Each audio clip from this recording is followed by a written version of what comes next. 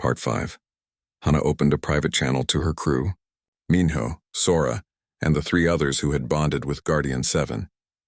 They looked at her through the holographic display, already knowing what she was about to say. "I'm giving you an order," Hana said, her voice steady despite the fear. "Get to the escape pods now." "No," Minho said simply. "That wasn't a request." "And this isn't a military ship," Sora replied. "We're salvage crew, remember? We don't follow orders we don't agree with. If you stay, you'll die. I'm going to overload the reactor." "Then we die together," Minho said. "We bonded to this ship, all of us. It would feel wrong to leave it now." Hana felt tears on her cheeks. "You don't have to do this, and neither do you," Sora pointed out. "But you're going to anyway. So we are too." Before Hana could argue further, Sentinel interrupted. "Commander, I am detecting new spatial signatures. Multiple ships emerging from dimensional rifts. More consumers." Hana's heart sank. They couldn't handle more enemies. Negative. Signatures match Guardian database. Classification, human fleet vessels. The sensors showed impossible readings. Ships were appearing across the system, hundreds of them, then thousands. They were sleek and advanced, designs that made even the Guardians look primitive, and they were broadcasting in old human languages. "This is Fleet Commander Suho of the Human Expeditionary Force," a voice said across all channels. "Sorry we're late. We came as fast as we could." Hana stared at the holographic display showing the new arrivals. "Humans? But you left 800 years ago." "We did, but we've been watching. Waiting. The Guardians were our promise that we would return if the consumers came back." Commander Suho appeared on the display, a human man with gray hair and kind eyes. "We've been preparing for this fight for 8 centuries. Now it's time to finish what we started." The human fleet swept into the battle with devastating precision. Their weapons were far beyond what the Guardians possessed, refined by 800 years of preparation. Consumer ships that had regenerated from Guardian attacks simply evaporated under human fire. But Hana noticed something. The human fleet wasn't trying to destroy the consumers completely. They were pushing them back, forcing them toward the dimensional rifts they had emerged from. "Why aren't you destroying them?" she asked Commander Suho. "Because we learned something in 800 years, Suho replied. "You can't kill the consumers permanently. They exist across multiple dimensions. Destroy them here, they just rebuild elsewhere. But you can push them back, keep them contained. For how long? Long enough. Maybe forever if we're lucky." The battle shifted. The consumer fleet, realizing they faced an enemy that understood them, began to retreat. The human fleet pursued, herding them like predators driving prey. Within hours, the last consumer ship was pushed through a dimensional rift, and the humans collapsed the opening behind them. Space fell quiet. The battle was over.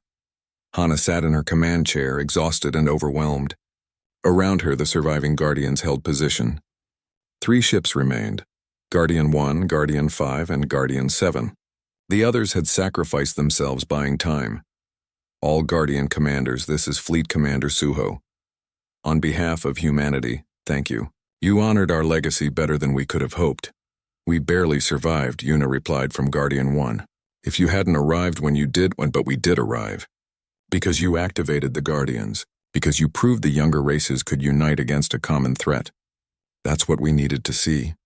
A shuttle approached Guardian 7 and Hana authorized its docking. Minutes later, Commander Suho walked onto her bridge. He was shorter than she expected, wearing a simple uniform with no decorations. He looked around the ancient ship with reverence. "This vessel is over 900 years old," he said quietly. "My ancestor helped build it. I grew up hearing stories about the Guardians." He turned to Hana. "And now I meet someone who commanded one in actual combat. That's remarkable. I'm not remarkable. I'm just an archaeologist who got lucky. You have human DNA. That's not luck, that's destiny." Suho smiled. "Did you know that before we left, humanity deliberately spread our genetic material across the galaxy? We donated to medical facilities, intermarried with other species, left samples in research stations. We wanted to make sure our genes survived even if we didn't. Why? Because genetics are just information, and we wanted our information to persist, to help the younger races however it could." Suho gestured to the Guardian around them. "These ships were designed to bond with human DNA, even diluted human DNA. We knew that 800 years later there would be people like you. People with just enough human genetics to make the connection." Hana thought about that. The humans hadn't just built weapons and left. They had planted the seeds of their own return, scattered across 1,000 worlds and 1,000 bloodlines.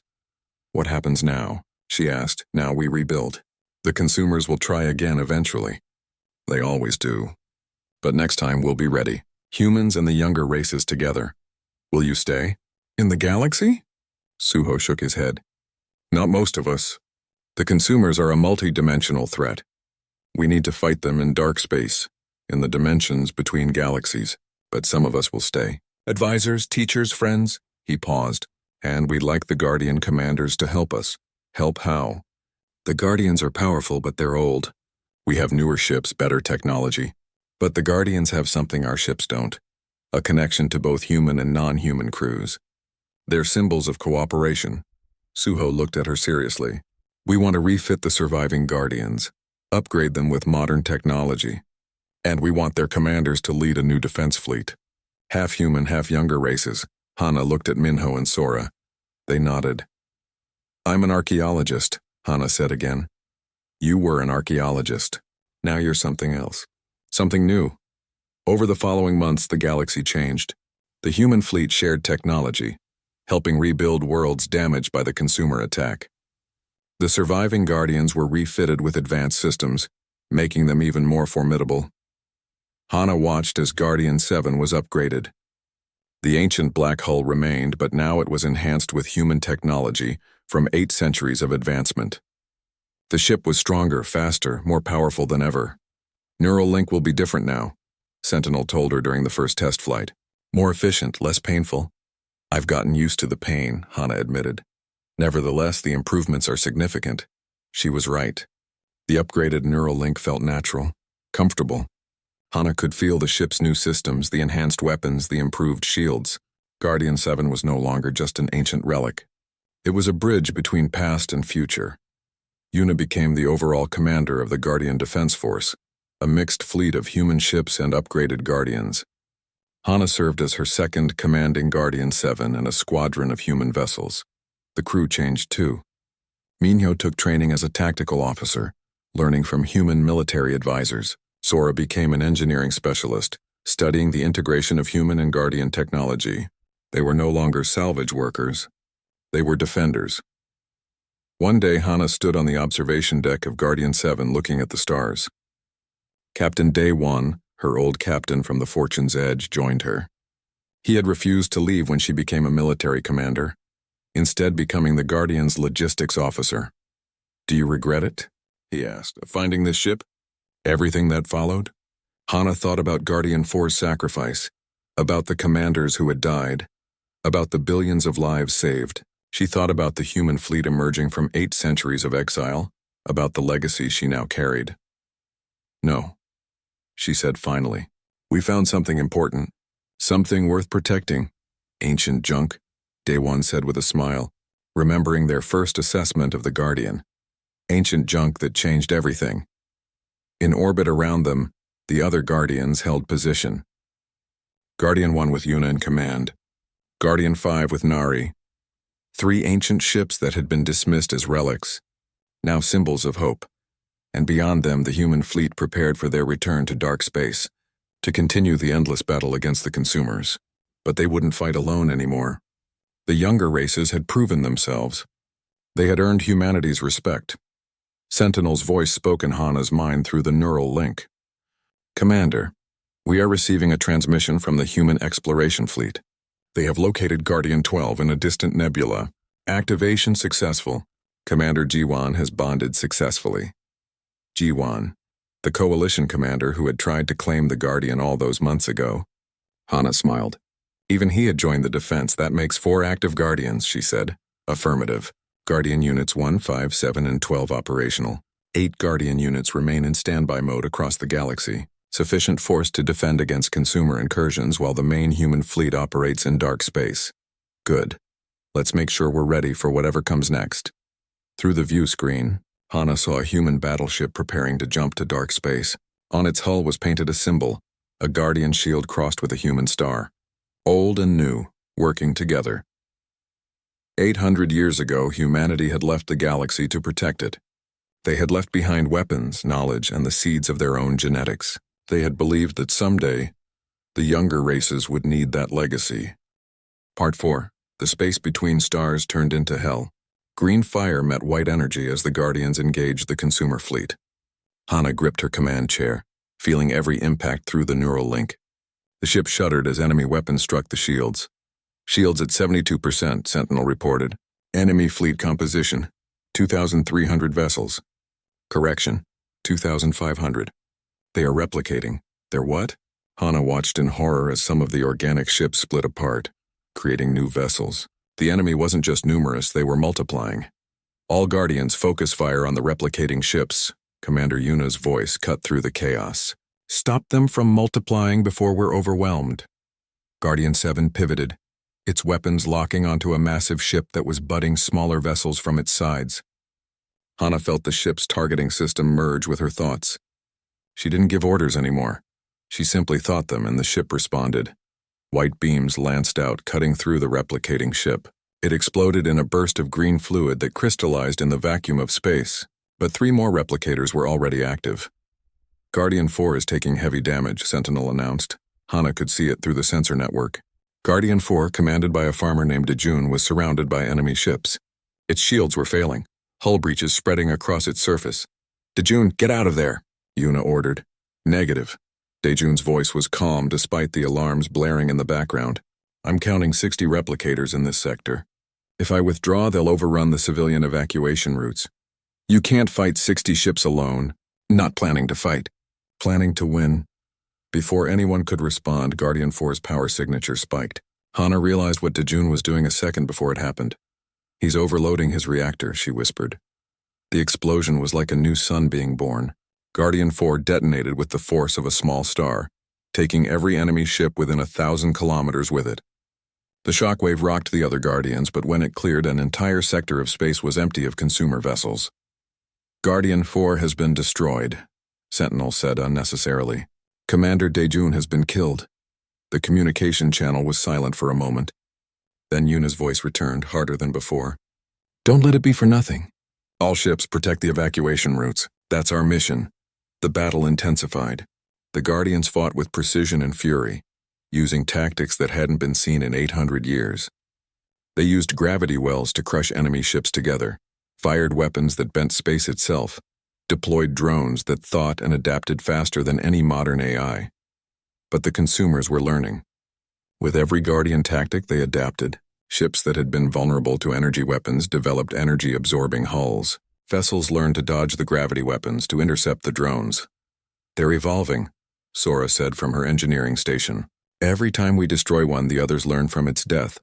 Then we need to evolve faster, Hana replied. She dove into the Guardian's database, searching for tactics that hadn't been used yet. The neural link showed her strategies from 100 human wars, battles fought across 1,000 worlds.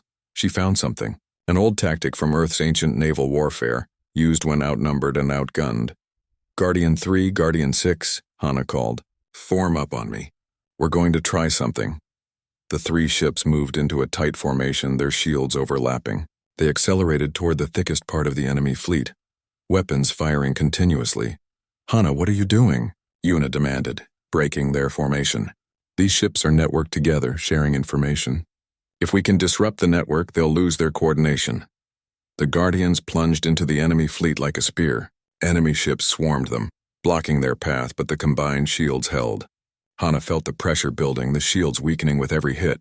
There, Sentinel highlighted a ship larger than the others, covered in pulsing nodes that glowed with data transfer. Network hub detected. All weapons fire. The 3 Guardians unleashed everything they had. The hub ship tried to defend itself, but the concentrated firepower was too much. It exploded, and suddenly the enemy fleet lost its coordination. Ships crashed into each other, weapons fired at random, the swarm became a mob. It worked, Taeyang shouted from Guardian 3. They're confused. Push the advantage, Yuna ordered. All Guardians, assault formation. The 7 Guardians, now 6 after losing Guardian 4, swept through the disorganized enemy fleet. For precious minutes, they had the upper hand. Enemy ships fell by the dozens, unable to coordinate their defenses. But the consumers adapted again. New hub ships emerged from the rear of the fleet, re-establishing the network. The coordination returned, faster and stronger than before. They've reinforced their network, Sentinel reported. New hub ships are shielded against our weapons. Hana felt frustration building. Every time they found a weakness, the enemy covered it. This wasn't a battle they could win, only one they could delay. Evacuation status? Yuna asked. Civilian transports report 67% complete. An unfamiliar voice responded. Admiral Bowman, watching from a distance. We need more time. How much more? 8 hours minimum. 12 to be safe. Hana checked their combat readiness. Shields were at 40% and falling. Ammunition for physical weapons was depleted. Energy reserves were at 60% but draining fast. They couldn't fight at full intensity for 8 more hours. We need to change tactics, Nari from Guardian 5 suggested. Hit and run instead of standing battles. Agreed, Yuna said. All ships scatter pattern Delta. We make them chase us, spread them out, buy time. The Guardians broke formation, each ship heading in a different direction. The consumer fleet split to pursue them, exactly as planned. The concentrated swarm became scattered hunting packs. Hana led a group of enemy ships toward an asteroid field. Guardian 7 wove between the rocks, its superior sensors and maneuverability giving it an edge. The pursuing ships crashed into asteroids, unable to match the Guardians' precision. Hours passed. The Guardians played a deadly game of cat and mouse across the system. They would appear, strike hard, then vanish before the enemy could concentrate forces. It was exhausting, requiring constant attention and split-second decisions. Commander Hana, your neural activity is reaching dangerous levels. Sentinel warned. You require rest, can't rest. The moment I disconnect, our response time drops. If you do not rest, you will suffer permanent neural damage. Minho appeared beside her chair. Hana, let me take over for an hour. I've been training with the tactical interface. You're not bonded to the ship like I am. I don't need to be for basic maneuvers, please. You're going to kill yourself. Reluctantly, Hana allowed the neural link to fade. The sudden silence in her mind was shocking. For hours she had been one with the ship, feeling its systems as her own body. Now she was just Hana again, small and tired and terrified. She stumbled to a rest area while Minho took the command chair. Sora brought her water and food, which she barely tasted. We're going to die out here, aren't we? Sora said quietly. Hana wanted to lie, to offer false hope, but she was too tired. Probably. But we're buying time. People are escaping because of us. Is that enough? It has to be. An alarm jolted Hana awake. She had only been asleep for 30 minutes, but the situation had changed drastically. She ran back to the command bridge, where Minho looked pale. What happened? Guardian 9 is gone, Minho said, and Guardian 6 is badly damaged. The enemy is concentrating their forces again. They've stopped chasing us individually. Hana reconnected to the neural link, gasping as information flooded her mind. The consumer fleet had reorganized into a single massive formation, abandoning the pursuit. They were heading straight for the evacuation routes. They figured out what we're doing, she realized. They're ignoring us and going after the civilians. All Guardians emergency intercept, Yuna ordered. We cannot let them reach the transports. The 4 remaining Guardians, battered and depleted, raced to intercept a fleet of over 1,000 ships. The odds were impossible, but they had no choice. Sentinel, Hana asked as they accelerated. What are our chances? Of stopping them completely? 0%. Of delaying them long enough? 18%. And if we use the same tactic as Dejun, overload the reactor? Sentinel paused. Detonating Guardian 7 would destroy approximately 400 enemy ships and create a debris field that would delay the fleet by 2 hours. Probability of mission success would increase to 41%. Hana looked at her crew. Minho, Sora, the others who had bonded with the ship. They had families, lives, futures. There has to be another way, she whispered. Unknown. Current projections suggest Guardian forces will be eliminated within 90 minutes. The evacuation requires 4 more hours. Through the sensors, Hana could see the civilian transports, millions of people fleeing in slow, defenseless ships. Behind them, the consumer fleet approached like a wave of death. And between them, 4 ancient warships that had once been humanity's pride. Hana made her decision. Part 3. The battle lasted 3 hours. Hana lost track of time, her mind merged with Guardian 7's systems. Every hit the ship took, she felt. Every weapon fired, she commanded. The AI, which had introduced itself as Sentinel, guided her through strategies that no modern military remembered. Final portal collapsing, Sentinel reported. Enemy scout fleet eliminated. 23 vessels destroyed. 0 survivors. Hana opened her eyes. The neural link faded and the pain in her head became bearable again. Through the transparent walls she saw the aftermath. Debris floated everywhere. The Coalition fleet was gone, fled to the edge of the system. And the portals were closed, at least for now. Are they gone? Minho asked. He had been standing guard the entire time, watching Hana fight a battle he couldn't understand. The scouts are destroyed, Sentinel answered. But they transmitted data before their elimination. The main force knows we are here now. Main force? Hana felt cold despite the warm air. Those 20 ships were just scouts? Affirmative. Analysis of enemy communication suggests a primary fleet approximately 1,000 times larger is en route. Estimated arrival, 72 hours. The chamber fell silent. 1,000 times larger. Hana had barely survived 20 ships. How could she fight thousands? Why, she whispered. Why are they coming here? What do they want? Accessing historical records, Sentinel said. The holographic display changed, showing images from 800 years ago. Human worlds beautiful and thriving, then those same worlds burning, consumed by green fire. 814 years ago, humanity detected the approach of an extragalactic intelligence. We called them the consumers because they consumed everything. Entire civilizations, planets, stars. They learned from every species they destroyed, adapting and growing stronger. Minho stared at the images. How did humans fight something like that? We didn't fight. We ran. New images appeared. Human fleets, millions of ships fleeing into dark space. Whole planets evacuated in months. The Great Exodus, the moment humanity abandoned the galaxy. But we didn't abandon everyone, Sentinel continued. Humanity had made friends among the stars. Younger races, species that had helped us grow. We couldn't let them face the consumers unprepared. So you built the Guardians, Hana said, understanding. Correct. 12 ships, each one a masterpiece of human engineering. We were placed in strategic locations across the galaxy, programmed to activate if the consumers ever arrived. Our mission, buy time for the younger races to evacuate or prepare. 12 ships against 1,000-ship fleet? Minho shook his head. That's suicide. Humans excelled at impossible odds, Sentinel said, and for the first time Hana heard something like pride in its voice. But we were not designed to fight alone. Each Guardian requires a human commander. Without humanity, we are significantly less effective. Hana felt the weight of 800 years pressing down on her. She was connected to this ship now, bound to it by the neural link. The knowledge in her head wouldn't fade. She carried the tactical wisdom of an entire civilization. Where are the other Guardians? She asked. Sentinel displayed a galactic map. 11 points glowed across the spiral arms. All Guardian units remain in standby mode. I have sent activation signals, but without human commanders, they cannot reach full operational capacity. What if we found people like me? People with human DNA? Possible, but time-consuming. The consumers arrive in 72 hours. Locating and training commanders would take weeks. An alert sounded. Sentinel's face flickered.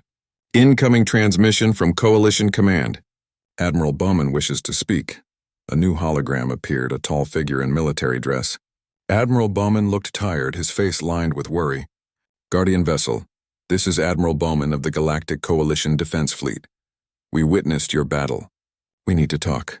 Hana stood, her legs shaky. This is Commander Hana of Guardian 7. What do you want? Bowman's eyes widened. A commander? You found a human? Something like that. I have human DNA, enough to interface with the ship. Then you know what's coming. A fleet that will destroy everything. Yes. Bowman nodded slowly. Our scientists analyze the battle. They estimate the consumers will reach the core worlds in 4 days, assuming they don't stop. Billions of people will die. We're ordering evacuations, but there isn't enough time. What about your military? Can't you fight? We tried. Our weapons barely scratched them. Their ships regenerate faster than we can damage them. Bowman looked defeated. We're not prepared for this. No one is. Hana thought about the other Guardians sleeping across the galaxy. 12 ancient warships built by a race that had vanished. It seemed impossible, but humans had believed it could work. Guardian 7 can transmit the locations of the other Guardian units, she said. If your people can find others with human DNA, we might activate more ships. How much DNA do they need? I have less than 1%. It was enough. Bowman looked at someone off-screen, then back at Hana. We'll start genetic screening immediately. Every world, every station. If someone has even a trace of human markers, we'll find them. The transmission ended. Hana sat down heavily, exhausted. Her team gathered around her, their faces showing a mix of fear and awe. "You're really bonded to this ship now?" asked Sora, the engineer from the Fortune's Edge who had come with the boarding team. "Yes, I can feel it in my mind. The knowledge, the systems, everything." Sora knelt beside the command platform, studying the technology with fascination. "Could I connect too? I have some unusual genetic markers." Sentinel scanned her. "Subject Sora contains 0.4% human genetic material. Sufficient for neural interface, but not optimal for command functions. What could I do with that?" "You could assist with engineering and weapon systems. Multiple operators increase Guardian effectiveness by approximately 18%. Hana looked at Sora. "It hurts. A lot, are you sure?" Sora nodded. "If it helps us survive, I'll take the pain." Over the next day, 3 more crew members interfaced with the ship. Each one added to Guardian 7's effectiveness. They practiced maneuvers, tested weapons, prepared for the battle they all knew was coming. Meanwhile, across the galaxy, the Coalition's genetic screening bore fruit. On a mining colony, a young pilot named Yuna tested positive for human DNA. On an agricultural world, a teacher named Taeyang had the markers. A doctor named Nari, a scientist named June, others scattered across dozens of worlds. One by one, the Guardians awakened. Each ship different, specialized for different combat roles. Guardian 1, the command ship, came online with Yuna at its helm. Guardian 3, built for speed and reconnaissance, accepted Taeyang. Guardian 5, the heavy weapons platform, bonded with Nari. By the time the 72 hours ended, 7 Guardians were active. Not all 12, but 7 ancient warships with crews that carried the blood of humanity, even if diluted by 800 years. Hana stood on the bridge of Guardian 7, the neural link comfortable now, almost natural. Around her, holographic displays showed the other Guardians taking position. They formed a defensive line between the approaching consumer fleet and the inhabited worlds. "All Guardian units reporting ready," Sentinel said. "Commander Yuna of Guardian 1 has assumed overall tactical command." "Good. She has more human DNA than I do. The ship will respond better to her." "Correct. However, your tactical performance has been exceptional. Guardian 7 operates at 91% efficiency under your command." Hana smiled despite the fear gnawing at her stomach. "Thanks, Sentinel. It is simply factual observation." The sensors showed them then. The consumer fleet, a dark cloud at the edge of space. Thousands of organic ships, each one hungry for matter and energy. They moved like a swarm, intelligent and coordinated. "All ships, this is Commander Yuna." A voice came through the communication system. "In 74 minutes, the enemy will be in firing range. We hold this line. We buy time for the evacuations. We show these things that humanity's legacy doesn't die easily." "Understood," Hana replied. Along with the other commanders. She looked at her crew, at Minho standing ready at tactical, at Sora monitoring the weapon systems. They were archaeologists and salvage workers, not soldiers, but they carried human knowledge now, human determination. "Sentinel," Hana said quietly, "do you think we can win?" "Define win. If you mean destroy the enemy completely, probability is 0.01%. If you mean delay them long enough for the evacuations to complete, probability is 43%. Not great odds. Humans rarely faced great odds. They faced them anyway." Hana took a deep breath. The fleet was getting closer. Soon the real battle would begin. Not a skirmish with scouts, but a war against an enemy that had consumed galaxies. And 7 ancient ships, commanded by people who barely qualified as human, would be all that stood between civilization and extinction. "All ships," Yuna's voice came again.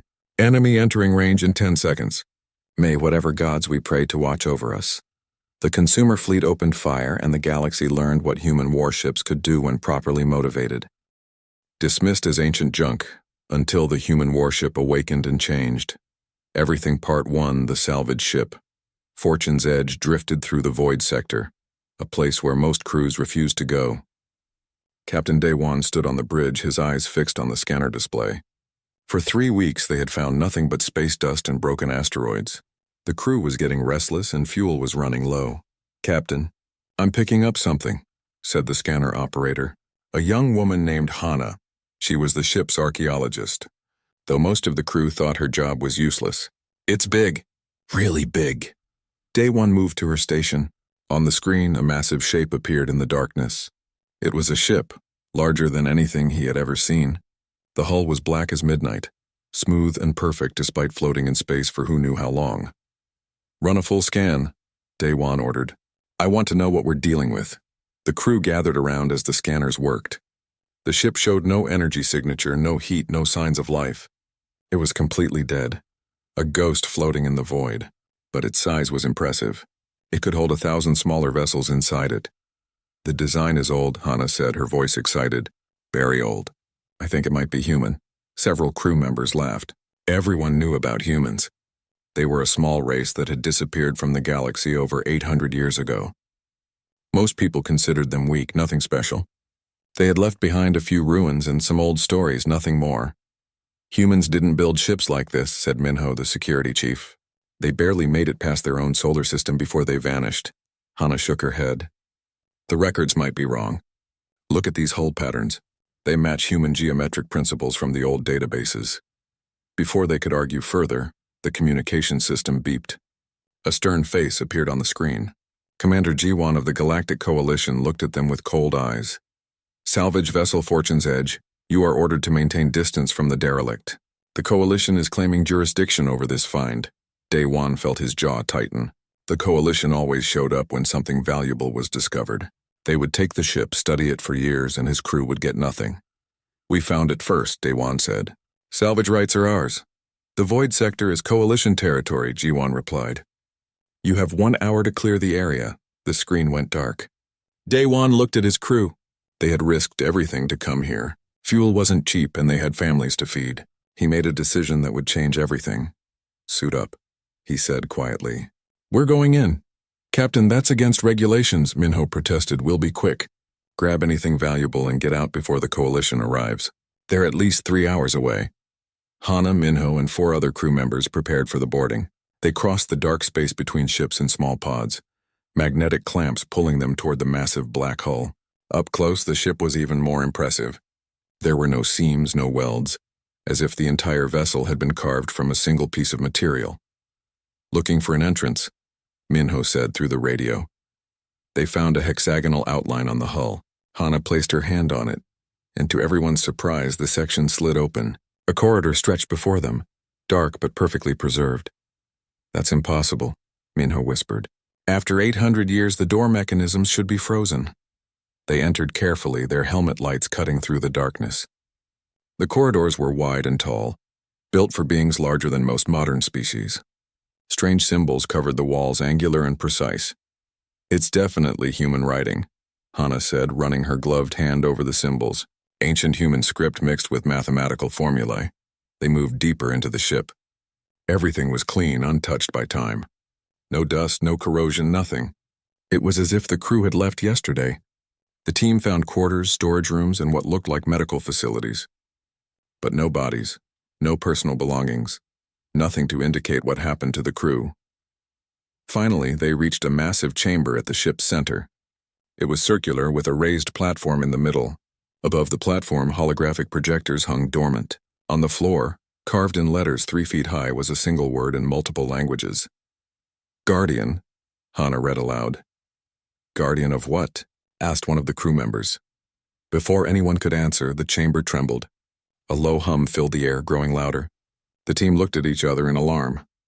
What did you touch? Minho demanded. Nothing. I swear.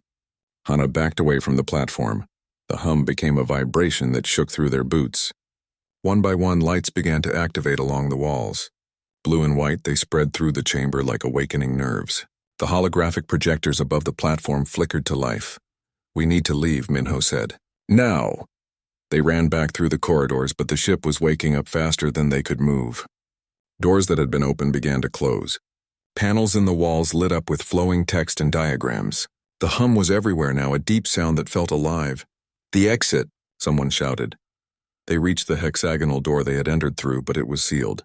Minho tried to force it open, but the material wouldn't budge. They were trapped inside. On the bridge of Fortune's Edge, the crew watched in horror as the massive black ship came to life. Energy readings spiked across all frequencies. The dead vessel was suddenly showing power levels that exceeded their entire ship's reactor output. "Get them out of there," someone yelled, but there was nothing they could do. The communication channel with the boarding team filled with static. The last thing they heard was Hana's voice, shaken but clear. "It's searching for something. The ship's AI is running diagnostics. It's looking for its crew." Then the channel went dead. Outside, space began to ripple.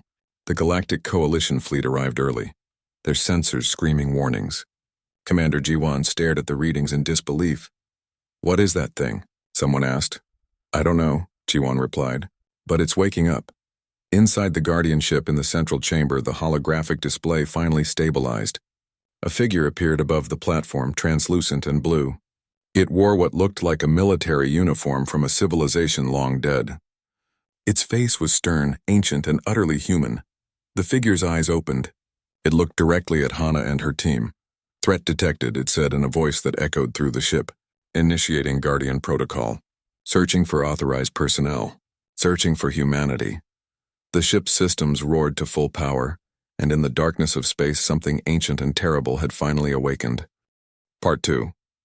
The holographic figure stared at the boarding team with glowing blue eyes. Hana felt her heart racing inside her suit. The AI looked human, but there was something different about it, something that made her skin crawl. It was too perfect, too still, like a statue that had learned to move. "Identity scan in progress," the AI announced. Its voice filled every corner of the chamber, calm and emotionless. "No authorized human personnel detected. Secondary protocols activating. We need to communicate with it," Hana said to her team. She stepped forward, hands raised peacefully. "Hello, we mean no harm. We're explorers, not invaders." The AI tilted its head, studying her. Language pattern recognized. Galactic Common Dialect. "You are not human. State your purpose aboard Guardian 7. "Guardian 7? Is that this ship's name?" Hana asked. "Correct. This vessel is the 7th Guardian unit of the Human Defense Initiative. Please state your purpose." Minho moved beside Hana. "We're a salvage crew. We thought this ship was abandoned. We didn't know anyone was here." The AI was silent for a moment, processing. "Date analysis indicates 812 years have passed since last crew contact. Calculating probability of human survival in known galaxy. Result 0.03%. Conclusion: humanity is extinct or departed." Those words hit harder than Hana expected. She had spent years studying human history, reading their old texts and exploring their ruins. To hear their own AI declare them extinct felt wrong somehow. "Can you let us leave?" Minho asked. "Our ship is outside. We have families waiting. Negative. Guardian 7 has detected a spatial anomaly forming at system edge. Analysis suggests hostile origin. Lockdown protocols are in effect. No one enters or leaves until threat is assessed." "What threat?" Hana asked. "We didn't see anything." The chamber's walls suddenly became transparent, showing the space around them. The AI zoomed in on a section of empty space near the system's outer edge. At first, Hana saw nothing.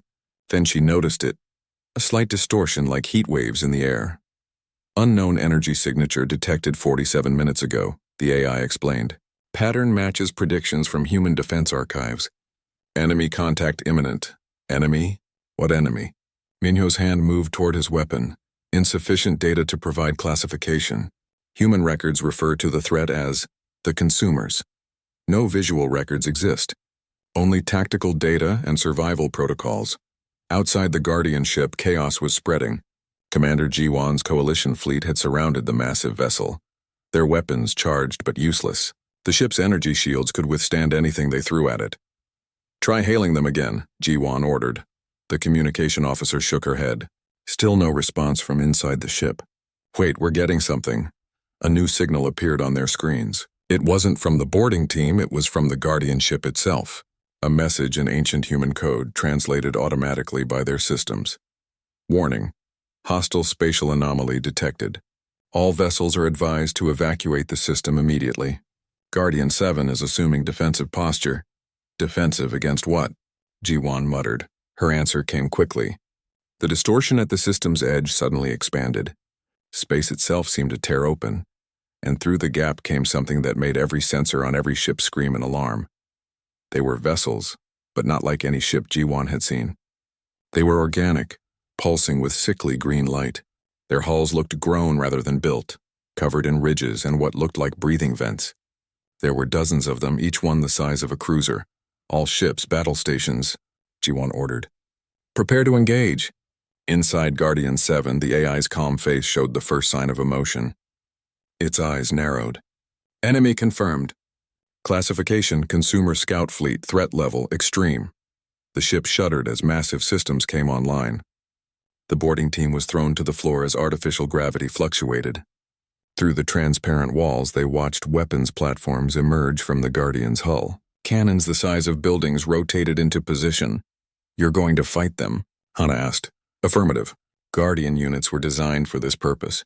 However, optimal combat effectiveness requires a human commander. In the absence of humans, I will operate at 63% efficiency. 63%? Is that enough? The AI looked at her. Unknown. Enemy capabilities exceed my projections. I was designed to fight alongside a human tactical mind, not alone. The first enemy ships opened fire. Green energy beams lanced across space, striking coalition vessels. The shields held for a moment, then collapsed. Ships exploded in brilliant flashes of light. Guardian 7 responded with devastating force. Its weapons fired. Beams of white energy that cut through the organic ships like a hot knife through butter. But for every enemy ship destroyed, 2 more came through the portal. Coalition forces are withdrawing, the AI reported, calculating survival odds for remaining defensive action. 41% chance of mission success. Minho grabbed Hana's arm. We can't stay here. This thing is going to get destroyed. But Hana was thinking. She looked at the AI, at the empty command platform, at the holographic displays showing battle formations that no modern military used anymore. You said you need a human commander, she said slowly. What if we could provide one? Impossible. Humans are extinct. But what about someone with human DNA? Even a small amount? The AI paused, its glowing eyes fixed on her with sudden intensity. Clarify. I did a genetic ancestry test last year, Hana said quickly. It showed I have 0.7% unknown genetic markers. My doctor said it might be from an extinct species. What if that's human DNA? The AI scanned her, beams of light passing over her body. Genetic analysis in progress. Please stand still. Outside, the battle was going badly. Coalition ships were fleeing in every direction, their weapons useless against the enemy's regenerating hulls. The organic ships were learning, adapting to Guardian 7's attacks. Analysis complete, the AI announced. Subject Hana possesses 0.6% human genetic markers. This is sufficient for emergency command protocols. What? I was joking.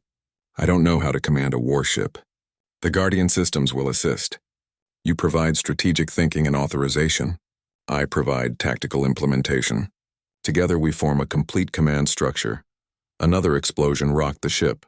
A section of hull was breached, venting atmosphere into space. The AI's face flickered. Hull integrity at 78%. Without a commander, this ship will be destroyed in approximately 11 minutes. With a commander, survival odds increased to 67%. Minho shook his head. Hana, you can't. You're an archaeologist, not a soldier. If I don't, we all die anyway, Hana said. She looked at the AI. What do I have to do? Enter the command cradle. I will establish neural interface. Warning, the process is painful for non-humans. Hana walked to the platform. A chair rose from the floor, covered in strange technology. She sat down and immediately metal bands wrapped around her arms and head. Beginning interface in 3, 2, 1. Pain exploded through Hana's skull. She screamed as information poured into her mind. Ship systems, weapons configurations, tactical scenarios, 800 years of human military knowledge flooding into her brain all at once. Then, suddenly, she could feel the ship. It wasn't just around her, it was part of her. She felt the hull breaches like cuts on her skin. The weapons were her fists. The engines were her heart. Neural link established, the AI said, and now its voice was inside her head. Commander Hana, what are your orders? Through the ship's sensors, Hana saw the enemy fleet. 20 ships now, with more coming. She saw the coalition forces retreating, abandoning them. She saw the portal growing larger, but she also saw something else, patterns in the enemy movements. Weaknesses in their formation. 800 years of human tactical knowledge whispered strategies in her mind. Target the portal, she said, her voice steady despite the pain. Cut off their reinforcements, acknowledged. firing main cannon. Guardian 7's primary weapon charged with a sound like reality breaking. A beam of pure white energy shot across space, striking the spatial tear. The portal shuddered, shrinking by half. The enemy ships turned their attention fully to the Guardian now. All 20 of them fired together. Shields at 40%, the AI reported. We cannot withstand sustained fire. Hana closed her eyes, feeling the ship around her. The humans who built this vessel had left her their knowledge. Now she just had to use it. Then we don't sit still, she said. Evasive pattern Alpha 7. Full speed. The massive warship moved like a dancer, impossibly graceful for something so huge. Enemy fire missed by meters. Guardian 7 wove through the fleet, its weapons firing constantly. 2 enemy vessels destroyed. Portal stability at 30%. Keep firing at the portal. We end this now. The battle raged on, and Hana fought with the strength of a civilization that had vanished 800 years ago. The ancient warship and its unlikely commander against an enemy from beyond the stars. And somewhere in the darkness, more portals were beginning to open.